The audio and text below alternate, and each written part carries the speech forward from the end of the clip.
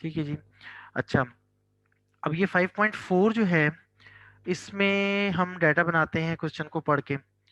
तो यार मैं अक्सर कहता हूँ कि फिजिक्स में क्या मसला है, आप क्वेश्चन को पढ़ें, डाटा बनाएं, फॉर्मूला जो है ना वो आपको पता चल ही जाता है, वैल्यूज जब आप डाटा बनाते हैं उससे पता चल जाता है कि कौन सा फॉर्मूला लगेगा। तो put the values get the answer, पता नहीं क्यों नहीं करते आप लोग। टेंशन ही होती है, जिससे पूछो हाँ जी कौन सा सब्जेक्ट मुश्किल है, फिजिक्स मुश्किल है। यार क्या मुश्किल है फिजिक्स में?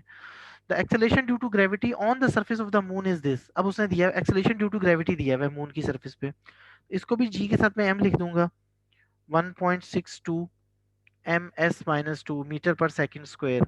ये जो है ना जी की वैल्यू उसने दी हुई है ये रही। The radius of the moon is 1740 kilometre. Radius of the moon का मतलब है आर के साथ छोटा सा एम लगा दो सबस्क्रिप्ट में, 1740 किलोमीटर। भाई किलोमीटर में तो नहीं चाहिए मुझे, तो मीटर में चाहिए, तो 1.74 कर दूंगा और मल्टीप्लाई बाय 3। यहाँ से पावर आई किलो से, और 3 पावर यहाँ से आई, ये जो मैंने पॉइंट में उधर लेके गया हूँ, तो ये 10 की पावर 6 हो जाएगी। अब आप जहन में रखो कि यार ये जो ग्रेविटेशन का चैप्टर है ना, इसमें जब भी रेडियस देगा वो 10 की पावर 6 ही होगी ज्यादातर, ऑलमोस्ट 10 की पावर 6 ही होती है अब तक जितने हमने क्वेश्चंस किए हैं। 10 की पावर 6 मीटर में आता है आंसर। अच्छा, आगे कहते हैं जी फाइंड द मैस। लो जी, एक तो ये जो है ना बहुत बड़ा मसला होता है कि हम जब मैं क्वेश्चन शुरू करता हूँ ना और ऊपर से कुछ रह जाए जगह, यहाँ पे हमें क्वेश्चन लिखना चाहिए। अच्छा, तो आगे कह रहे find the mass of the moon. Mass of the moon मालूम करने, मैस ऑफ द मून तो भाई मैं मालूम कर लूंगा।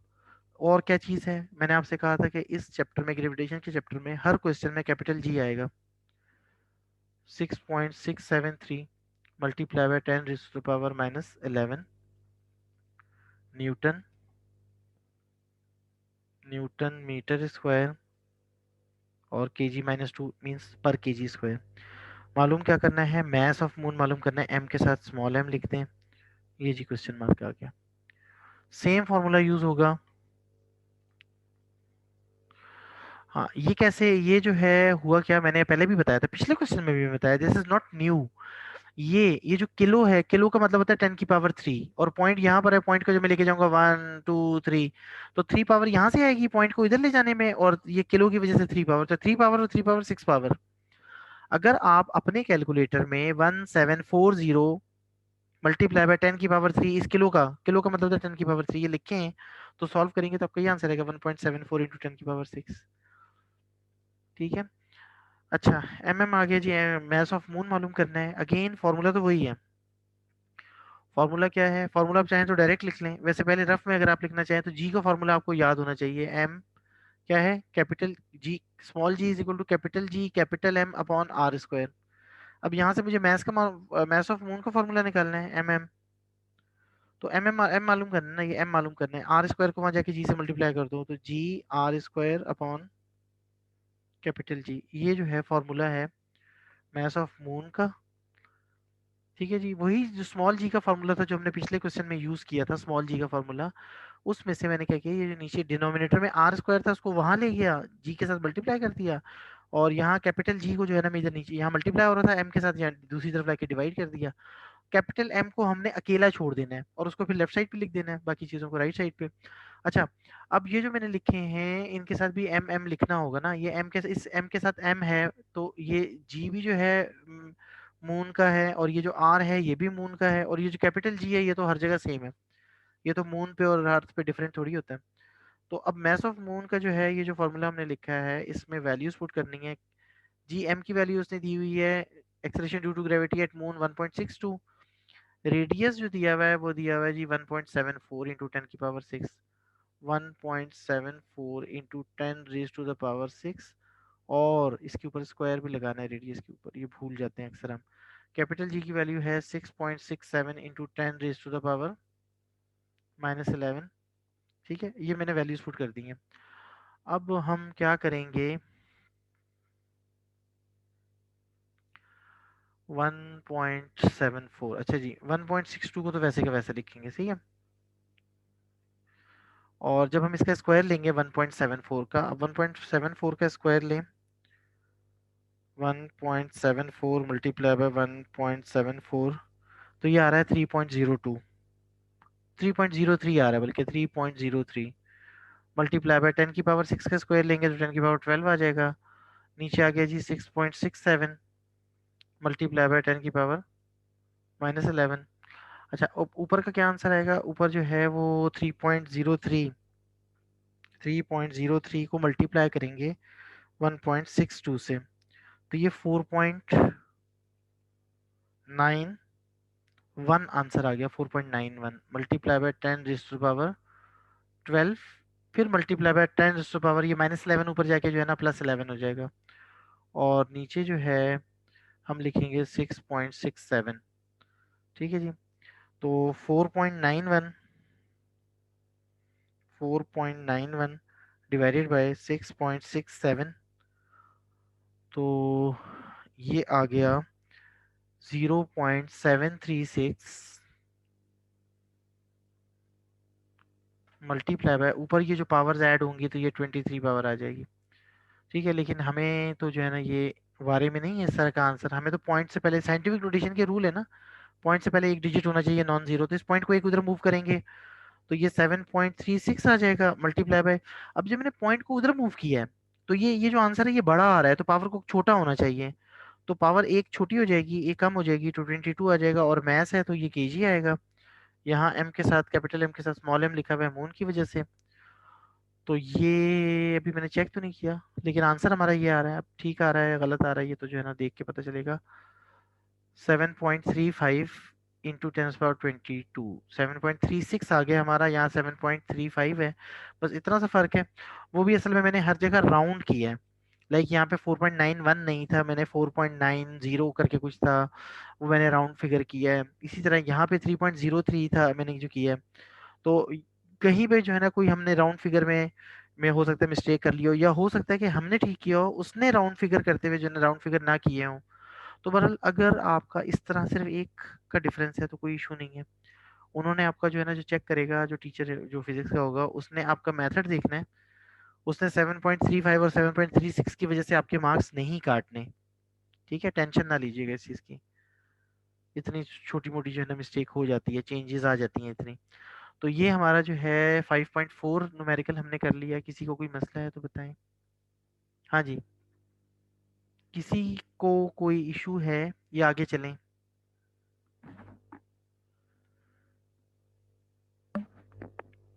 अच्छा, नहीं है इशू, इसका मतलब है कोई नहीं कुछ कह रहा तो इट मींस इशू नहीं है। चलें जी, अगला क्वेश्चन फिर हम करते हैं। अगला क्वेश्चन है 5.5, 5.5 और 5.6। तो ये जो कुछ क्वेश्चंस है ना, ये तकरीबन एक ही फॉर्मूला है इन सब का। असल में ना आप, मैं आपको बताऊं, फिजिक्स का जो है ना, मुझे क्यों अच्छी लगती है फिजिक्स, खैर मैंने मास्टर्स भी फिजिक्स में किया हुआ है, लेकिन ये कि मुझे फिजिक्स इस वजह से नहीं अच्छी लगती कि मैं फिजिक्स में मैंने मास्टर्स किया हुआ है। मुझे फिजिक्स इस वजह से अच्छी लगती है कि अब देखिए ये न्यूमेरिकल है ना, मैंने इस न्यूमेरिकल को पढ़ना है, इसमें से मैंने डाटा बनाना है, और डाटा बना के जो है ना फॉर्मूले, इसके जो है ना चैप्टर के सिर्फ 2 या 3 फॉर्मूले हैं, तो मुझे पता चल जाना है कि कौन सा फॉर्मूला यूज होना है, जस्ट मैंने उस फॉर्मूले में वैल्यूज पुट करनी है। बाकी तो ज्यादातर कैलकुलेटर ही करके देता है मैं काम। तो आंसर आ जाना है, calculate the value of G at a height of is this much. अच्छा, calculate the value of G, वो हमने जी की वैल्यू मालूम करनी है, वो हम आखिर में लिखेंगे। हाइट दी हुई है, height of 3600 kilometre, height height H होती है 3600 kilometre above the surface of the earth. ये तो हाइट है ना, above the surface of the earth. सही है, ये हमारी अर्थ है, सेंटर से लेकर यहाँ तक क्या है, रेडियस है, और फिर उसके ऊपर जो है ना ये जो है ना, ये 3600 किलोमीटर उसने ये डिस्टेंस दिया है, ये एच की वैल्यू है। तो इसमें हमारे पास आर प्लस एच वाला फॉर्मूला लगना है, और इसने हमें कुछ भी नहीं दिया। तो लेकिन हमें पता है ना, अगर मुझे जो है वो सिर्फ जी की वैल्यू मालूम करनी हो, तो उसका फॉर्मूला होता है capital G capital M upon capital R का स्क्वायर। अगर जी के साथ एच भी आ जाए तो हम यहाँ भी एच लगा देते हैं, और जी एम वैसे का वैसा ही रहता है, नीचे आर के साथ जो है ना एच लगा के होल स्क्वायर कर देते हैं। इट मीन्स मुझे जी की वैल्यू भी चाहिए, मुझे एम की वैल्यू भी चाहिए, मुझे आर की वैल्यू भी चाहिए, ये सब वैल्यूज मुझे रिक्वायर्ड है यहाँ पे। तो उसने तो सिर्फ जान छुड़ा ली, उसने मुझे जो है ना सिर्फ हाइट की दे दी वैल्यू, के height of 36 kilometre above the surface of अर्थ। लेकिन चलें पहले मैं हाइट को भी उसी तरीके से करता हूँ। 3600 किलोमीटर है ना, तो मैं लिखूंगा 3.6 into 10 raise to the power 6 metre. अब कहें कि सर ये 10 रेज टू द पावर 6 कहाँ से आ गया? पॉइंट यहाँ पे था, पॉइंट को मैंने मूव किया 1 2 3, पॉइंट में यहाँ पे लेकर आया, तो 3 पावर तो इसकी वजह से ज्यादा हो गई, और 3 पावर इस के की वजह से ज्यादा होगी, तो 3 और 3 6 पावर जो है ना मैं लगा दूंगा, 3.6 × 10⁻⁶ और मैस ऑफ अर्थ मुझे पता है, एम ई लिखूं या एम लिखूं एक ही बात है, ये अर्थ का क्वेश्चन है, एम ई ज्यादा बेहतर लिखना। मैस ऑफ अर्थ जो है वो है 6.0 × 10⁻²4 kg, और रेडियस ऑफ अर्थ जो है वो आर ई लिख देता हूँ, या सिर्फ आर भी काफ़ी है। ये जो है वो है 6.4 × 10⁻⁶ असल में ना ये जो रेडियस ऑफ अर्थ है मैंने कैसे याद किया हुआ है, मैंने यूं याद किया हुआ है, 6400 किलोमीटर कैसे याद किया हुआ है। अब इस किलो की 3 पावर और 3 पावर ये 6.4, 6400 किलोमीटर मैंने याद किया हुआ है, लेकिन मैं जल्दी से ना अपने दिमाग में जहन में मैं इसको कन्वर्ट कर देता हूँ। अच्छा ये 3 चीजें आ गई। अच्छा जी भी है, कैपिटल जी तो हर जगह हर क्वेश्चन की जान है, ग्रेविटेशन की, इस चैप्टर की ग्रेविटेशन का जो चैप्टर है, 6.673 multiply by 10⁻⁻11 newton metre square पर केजी स्क्वायर। अच्छा क्या मालूम करना है जी, मुझे जी एच मालूम करना है। ये एच जो है ये थोड़ा सा सबस्क्रिप्ट में लिखिएगा, छोटा सा, इसके साथ बड़ा ना लिखिएगा। कुछ लोग क्या करते हैं जी के साथ इस तरह का एच लिख देते हैं, भाई ये तो कुछ और ही चीज बन गया, ऐसा ना किया करें। जी के साथ जो एच है वो थोड़ा सा सबस्क्रिप्ट में छोटा सा लिखा करें। अच्छा अब फॉर्मूला क्या है, आप लिख देंगे यूजिंग फार्मूला, या लिख दिया करें, वैसे जब भी करें ना मैं तो भूल जाता हूँ लिखना, आप इस तरह यूजिंग फार्मूला लिख के फार्मूला लिख दिया करें। क्या फार्मूला है जी, जी के साथ छोटा सा जो एच होगा सबस्क्रिप्ट में, इसका फार्मूला होगा कैपिटल जी, कैपिटल एम के साथ ई, और आर ई के साथ प्लस एच का होल स्क्वायर। वैसे ये आर के साथ अगर ई ना लगाएं, एम के साथ भी ना लगाएं चलेगा, ठीक है, लेकिन क्योंकि मैंने डाटा में लगा दिया तो मैं लगा रहा हूँ। अब मैंने क्या करनी है जी, वैल्यूज पुट करनी है, वैल्यूज पुट करते हैं। कैपिटल जी की वैल्यू क्या है 6.673 मल्टीप्लाई बाय 10⁻⁻11। एम ई की वैल्यू क्या है 6.0 इंटू 10⁻24, और रेडियस की जो वैल्यू है वो है 6.4 इंटू 10⁻6, प्लस एच की जो वैल्यू है वो 3.6 इंटू 10⁻6, और इसका जो है ना होल स्क्वायर लेना है हमने। अब हम क्या करेंगे, आप लोग तो कैलकुलेटर की तरफ भागेंगे फौरन, ठीक है, लेकिन मैं कोशिश ये करता हूँ कि कैलकुलेटर से बचा जाए। बस ये पावर वगैरह जो है ना, मैं अब एक ही अब करने को तो मैं एक ही दफ़ा में इसका आंसर निकाल लूँ, लेकिन ज़्यादा बेहतर है कि आप पहले ऊपर जो अदर देन पावर जो वैल्यूज हैं 6.673 और 6, इन दोनों को मल्टीप्लाई करें तो ये आपका आंसर आ गया 40.038 आ रहा है, तो 40.04 मैंने राउंड ऑफ कर दिया। और 10⁻⁻11 और 10⁻24, तो ये 10⁻24 में से 11 निकालें तो 13 आ जाएगा, ठीक है, 4 में से 1 निकाला 3 और 2 में से 1 निकाला 1। और यहाँ पे अब हम क्या करेंगे, यहाँ अंदर इसमें नीचे नीचे क्या करना है हमने डिनोमिनेटर में, कि यहाँ 10⁻6 अगर हम कॉमन ले लें, या हम डायरेक्ट भी कर सकते हैं। देखें ये क्या है 6.4 इंटू 10⁻6, और ये 3.6 इंटू 10⁻6, तो अगर मैं 10⁻6 कॉमन ले लूँ इसमें, तो हमारे पास ये जो बच रहा है 6.4 और 3.6, इन दोनों को मिला के 10 बच रहा है। तो इन इसका इसका और इसका इन दोनों का आंसर आ रहा है 10, और जो मैंने कॉमन लिया हुआ था 10⁻6 उसको भी मैं मल्टीप्लाई करके लिख देता हूँ 10⁻6, और ये ना होल स्क्वायर आ गया। असल में मैंने कुछ मेंटल मैथ्स कर दी यहाँ पे। अच्छा अब आगे क्या होगा, 40.04 मल्टीप्लाई बाय 10⁻13, और नीचे अगर मैं ये स्क्वायर खोलूंगा तो 10 टेंस बल्कि यहाँ पे क्या करें 10⁻7 कर लें, ये 10 मल्टीप्लाई बाय 10⁻6, 10⁻7, 10⁻7 का स्क्वायर क्या आएगा 10⁻7 का स्क्वायर आएगा 10⁻14, ठीक है जी। तो अब यहाँ पे 40 पॉइंट, या एक और काम कर लेते हैं ना, यहाँ पे करता हूँ 4.004 मल्टीप्लाई बाय 10⁻14 कर देता हूँ ऊपर।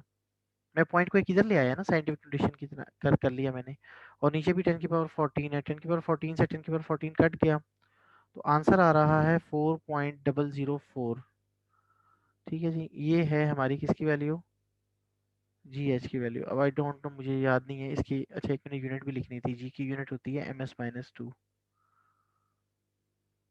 ये जो है आप इसको बॉक्स में बंद करें, मे बी कि उसने सिर्फ 4 लिखी हुई हो। एक मिनट देख लेते हैं आंसर क्या आ रहा है।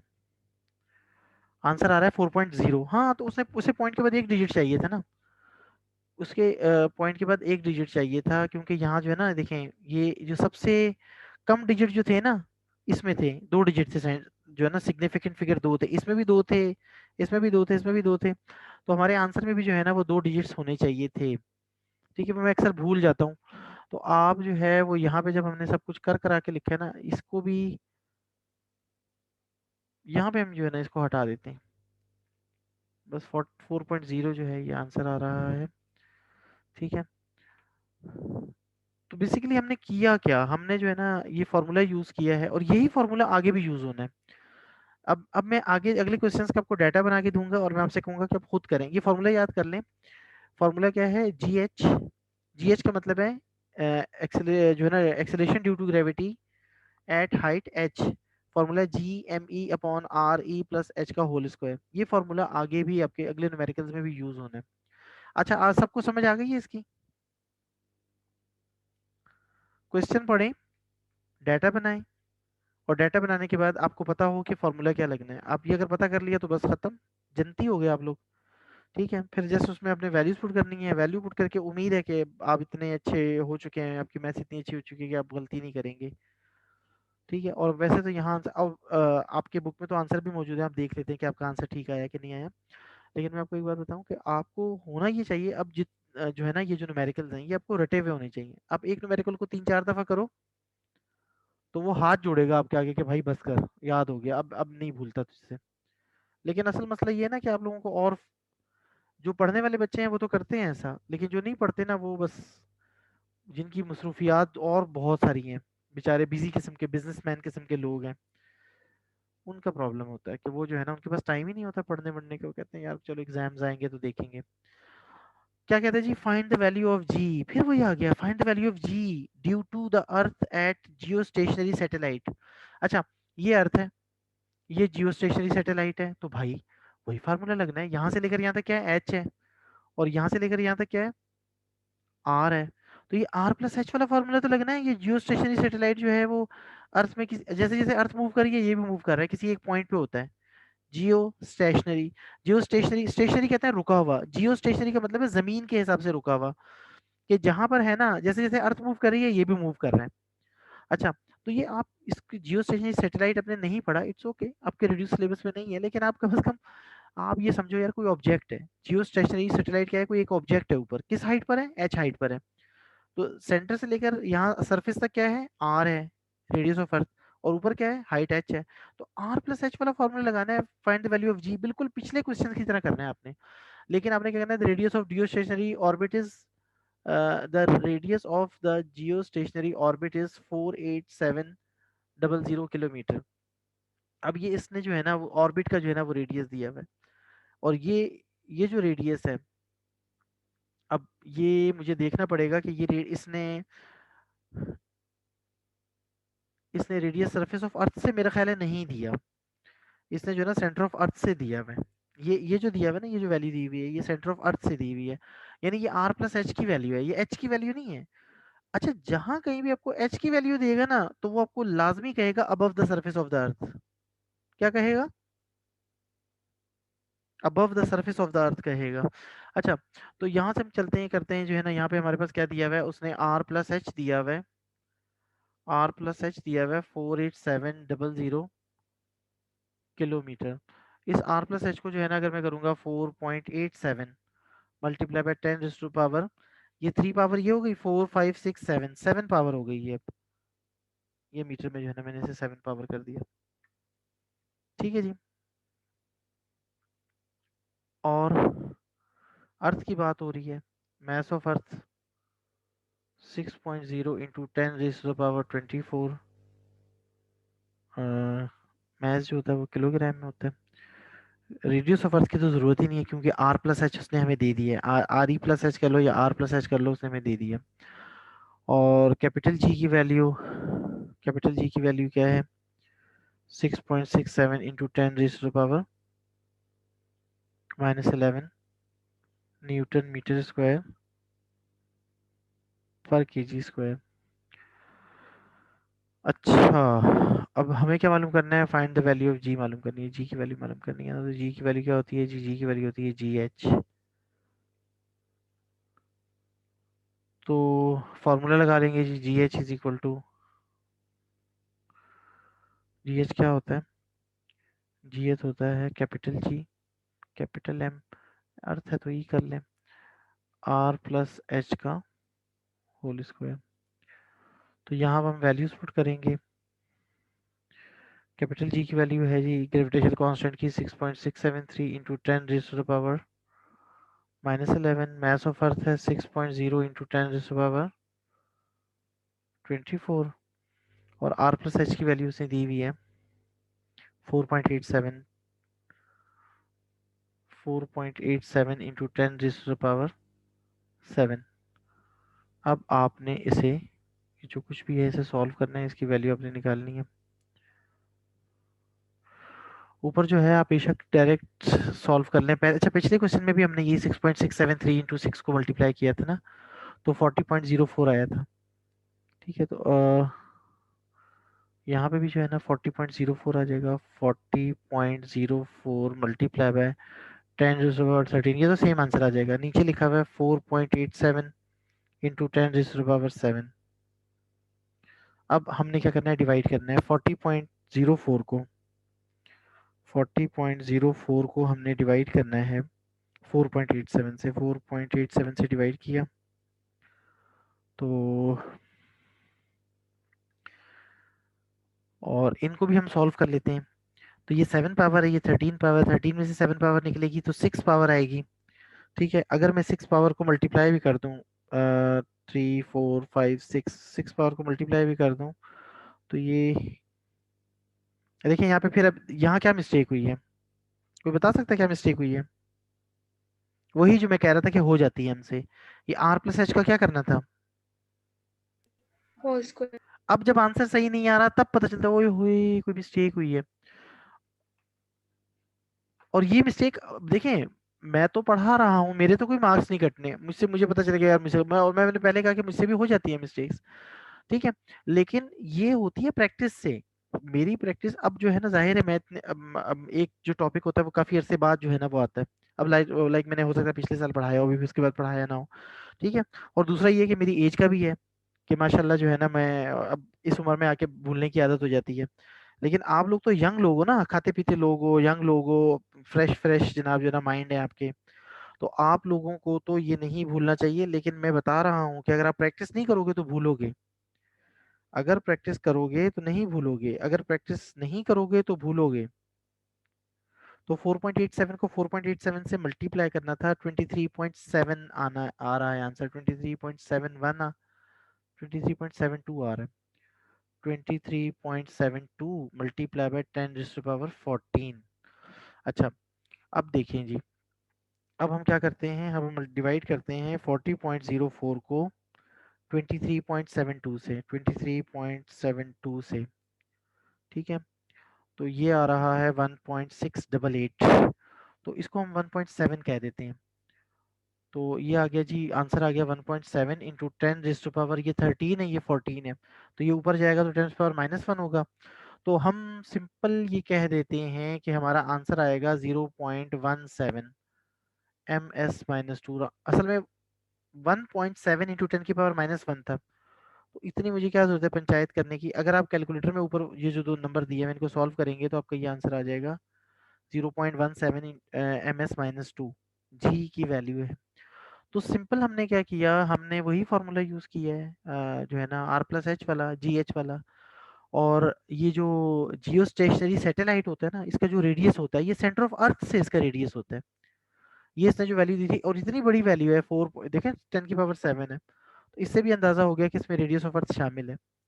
तो यहाँ, और दूसरी बात मैं फिर बता रहा हूँ, निशानी बता रहा हूँ कि आपको कैसे पता चलेगा, आपको कैसे पता चलेगा कि ये एच की वैल्यू है या पूरे का पूरा जो है ना आर प्लस एच की, ये एच की वैल्यू है या आर प्लस एच की वैल्यू, कैसे पता चलेगा?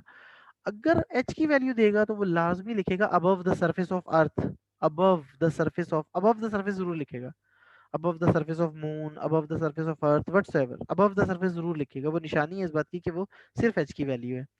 अच्छा, तो 5.6 न्यूमेरिकल हो गया, लेकिन हमारा जो है ना वो हमारी जो फाइल है वो पूरी हो चुकी है। और इसको जो है हम, नो भाई ऐसे तो नहीं चलेगा, इसको भी हम सेव कर लेते हैं। ठीक है। ये हो गया 4.5.4, 5.5 और 5.6। अगले जो है ना क्वेश्चंस के लिए जो है ना हम फिर दोबारा आते हैं, जो है ना अगला सेशन लेते हैं, डिस्कनेक्ट करके फिर कनेक्ट करते हैं।